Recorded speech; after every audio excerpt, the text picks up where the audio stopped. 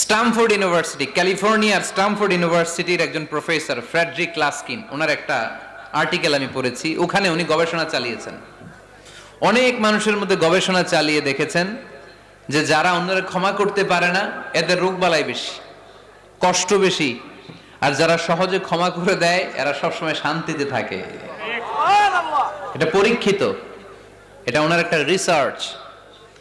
এরপর আমেরিকাতে একটা স্টেট আছে ম্যাসাচুসেট, এই ম্যাসাচুসেট জেনারেল হসপিটালে একজন পৃথিবী বিখ্যাত সাইকিয়াট্রিস্ট বসে, মনোবিজ্ঞানী, নাম হচ্ছে প্রফেসর হারবার্ট বেনসন। এই হারবার্ট বেনসন উনিও ওনার সব রোগীদেরকে দিয়ে একটা ফর্ম পূরণ করায়, সেখানে উনি কিছু কোশ্চেনার ছুড়ে দেয়, প্রশ্ন করে আর উত্তর নেয়। পরে জরিপ করে উনি দেখতে পেয়েছে ওনার যে সমস্ত রোগীরা মনের ভিতরে রোগ, এই রাগ, এই ক্ষোভ, এই হিংসা বিদ্বেষ এগুলো অন্তরে পুষে রেখেছে, এদের স্ট্রোক করার এবং হার্ট অ্যাটাক করার রেটিংটা বেশি, এরা মেন্টাল স্ট্রেসে ভোগে বেশি। আর যারা সহজে ক্ষমা করে দেয়, মাফ করে দেয়, এদের মধ্যে এই রোগ বালাই নাই। যেরকম সুবহানাল্লাহ, ওয়াল আফিনা আনিন নাস, আজকে থেকে আমরা মানুষের ক্ষমা করে দিব। কারো জন্য অন্তরে কোনো হিংসা বিদ্বেষ পুষে রাখা যাবে না। অনেকে এগুলো ভুলতে চায় না, পেলে পুষে বড় করে আর ভিতরে খালি জ্বলে। ভিতরে কি করে? এই জ্বালাও পোড়াও আমরা বয়ে বেড়াতে চাই না। মুসনাদে আহমদ ইবনে হাম্বলের হাদিস, চমৎকার একটা ঘটনা, কানগুলো খরগোশের কানের মতো খাড়া করে শোনেন। আল্লাহ রাসূল সাল্লাল্লাহু আলাইহি ওয়াসাল্লাম কোন একটা মজলিসে একজন আনসারী সাহাবীর ব্যাপারে ঘোষণা দিল, বলল এখন যে সাহাবী এসে বসবে সে সাহাবী জান্নাতি। আনসারী সাহাবী এসে বসলো, সবাই তো অবাক, আমাদের কারো ব্যাপারে বিশ্বনবী এই কথা বলল না, এই আনসারী সাহাবী জান্নাতি। আবার কয়েকদিন পরে আরেকটা মজলিসে বিশ্বনবী আবার ঘোষণা দিলেন, এই মুহূর্তে এমন একজন সাহাবী এসে এইখানে বসবে, এই সাহাবীটা জান্নাতি।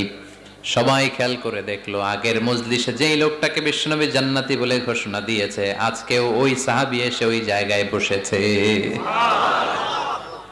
তৃতীয় দিন আবার বিশ্বনবী বললেন, এখন একজন সাহাবী এখানে এসে বসবে, সে জান্নাতি। সবাই খেয়াল করে দেখলো, ওই সাহাবীটাই আবার এসে বসেছে। সবাই অবাক, কি আজীব, কি আছে এই সাহাবীর মধ্যে, যে সাহাবীর ব্যাপারে খুব বিশ্বনবী তিনবার ঘোষণা দিলেন যে সে জান্নাতি। সবচেয়ে বেশি অবাক হয়েছিলেন সাইয়েদনা আব্দুল্লাহ ইবনে আমর ইবনে আস। মনে মনে ভাবলেন, এটা তো চারটেখানে কোনো কথা না, বিশ্বনবীর অ্যানাউন্সমেন্ট। দুনিয়ার বুকে বিশ্বনবী তিনবার এই আনসারী সাহাবীকে জান্নাতি বলে ঘোষণা দিয়েছে, নিশ্চয়ই এই সাহাবীর এমন বিশেষ কোন আমল আছে, এমন বিশেষত্ব আছে যেটা আমাদের মধ্যে নাই। যেমন করেই হোক এই সাহাবীর ভেতরের সব খবর আমার জানতে হবে। সাইয়েদনা আব্দুল্লাহ ইবনে আমর ইবনে আস একবার পরিকল্পনা করে ওই সাহাবীর বাড়িতে চলে গেলেন, যে বললেন, ভাই আমার আব্বার সাথে কয়েকদিন ধরে ঝগড়া, আমার ঘরে থাকতে মন চাচ্ছে না, তোমার বাসায় মেহমান হয়ে এসেছি, যদি তুমি অনুমতি দাও তোমার বাড়িতে 3 দিন মেহমান হয়ে আমি থাকতে চাই। কয়দিন? 3 দিন। শুনতেছেন? বুঝতেছেন? কষ্ট হচ্ছে না তো? ওই আনসারী সাহাবী বলে, আহলান ওয়া সাহলান, খোশ আমদেদ, এ আমার সৌভাগ্য, আমার মেহমান হয়ে আপনি থাকবেন, আসেন আমার ঘরে থাকেন, এই ঘরে আমি থাকি, আর এই ঘরটা মেহমান হিসেবে আপনারে দিয়ে দিলাম, থাকেন। এবার আব্দুল্লাহ ইবনে আমর ইবনে আস খুব ভালোভাবে ফলো করতে লাগলেন, কখন এই আনসারী সাহাবী কি করে। 1 দিন 2 দিন 3 দিন পর্যন্ত ফলো করার পরে সাইয়েদনা আব্দুল্লাহ ইবনে আমর ইবনে আস এমন কোন বিশেষ আমল এই সাহাবীর মধ্যে খুঁজে পায় নাই। 3 দিন গভীরভাবে পর্যবেক্ষণ, অবজারভেশনের পরে বিশেষ কোনো আমল ওনার চোখে পড়ে নাই। এবার 3 দিন পরে তো চলে যাবার পালা, ঠিক কিনা? এবার তিনি সোজা সাপটা আনসারী সাহাবীর কাছে যে ভিতরের কথা খুলে বলে ফেললেন, বললেন, ও ভাই, আসলে আমার বাবার সাথে এমন বড় কোনো ঝগড়া আমার হয় নাই যে কারণে বাড়ি থেকে বের হয়ে তোমার মেহমান আমার হওয়া লাগবে, আমি বিশেষ এক উদ্দেশ্যে এসেছি। কি উদ্দেশ্য?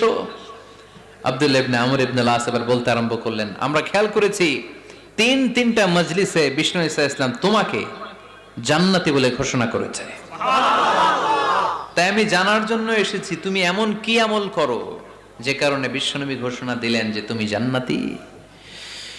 কি এমন বিশেষ আমল আছে তোমার, আমার একটু বলো, আমি ওই আমল করে জান্নাতি হতে চাই। আল্লাহু আকবার। এবার আনসারী সাহাবী মুখ খুললেন।